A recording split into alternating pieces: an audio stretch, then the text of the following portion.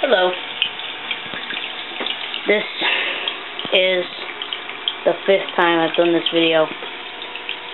It's either getting interrupted by the fuzzy sound you're probably hearing right now, which is probably from this drip, or by people walking in and interrupting. They're like, hey, what are you doing? Anyways, I'm kind of late for feeding time, so I just kind of wanted to do this video. It's an introduction to my 21-gallon tank. My name's Alex. I know, I'm kind of young. And this is a 21-gallon acrylic tank. And I've heard about this director's account on YouTube, where you can upload videos 10 minutes or longer.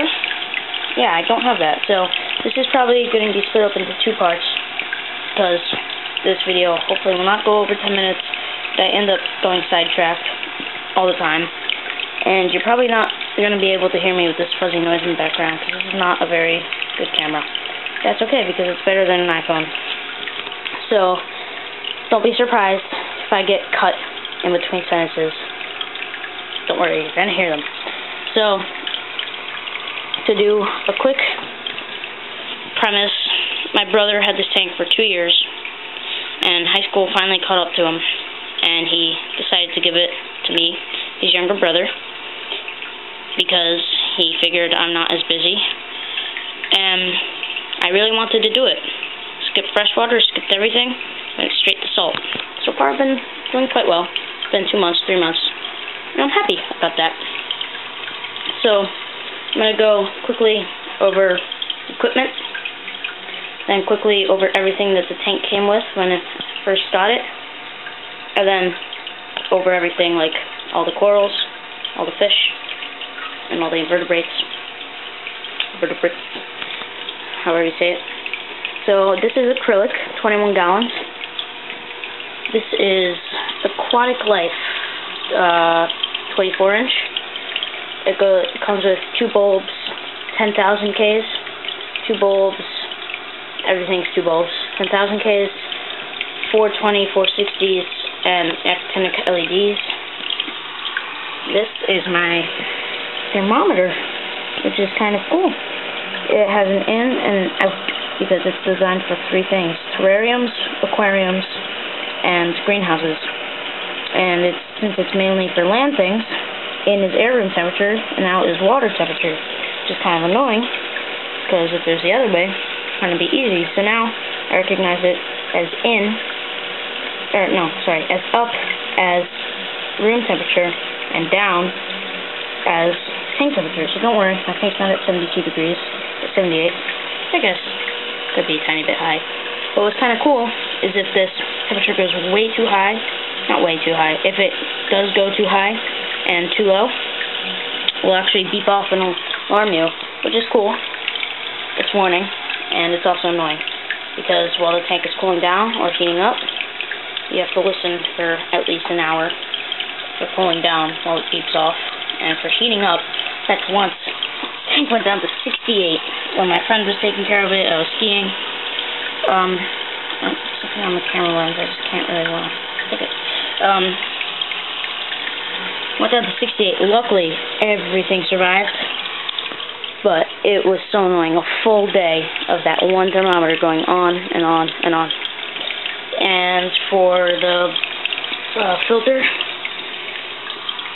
it's not going to help to turn on the light. I've tried. Marine Land Penguin 150 Bio Wheel. Right size B cartridges. Takes 2 cartridges. Protein skimmer. CPR. Handcrafted. Is that a snail? Wow. Handcrafted by CPR. Backpack 2. I don't know where my brother got a handcrafted skimmer, but he got it. Heater, 50 watt Theo high door, and pump, 4 watt high door Coralio 1. For some reason my brother likes high door. Problem with this guy is if the flow has to go from here to the Duncan. Then I got this guy, and I figured that was the perfect spot for him. He kind of needed some space away from him. Well, when I blew it on him, it looked like he was going through a hurricane. I was actually afraid of some of his heads ripping off. And so I did this whole deflection thing. Right now it deflects off, and now he gets moderate flow, which is what he likes. But now he doesn't get any flow. So I'm thinking about getting a nano pump, maybe right here for 10 gallons, 5 gallons. But that's when I get more corals. Quickly go through everything that this tank came with. All the live rock, not the sand. It's fine sand. My brother had like gravelish type, more coarse. That Duncan. These sort of bad purple zoes, but they're recovering. This Scully and this mandarin fish. And also came with this blood fire shrimp, cleaner shrimp, Osmata debelius, whatever you call it. I call it Osmata debelius. Most people call it fire shrimp. My brother does. I've heard people call it blood shrimp. Nobody ever really calls it Osmata debelius except for me.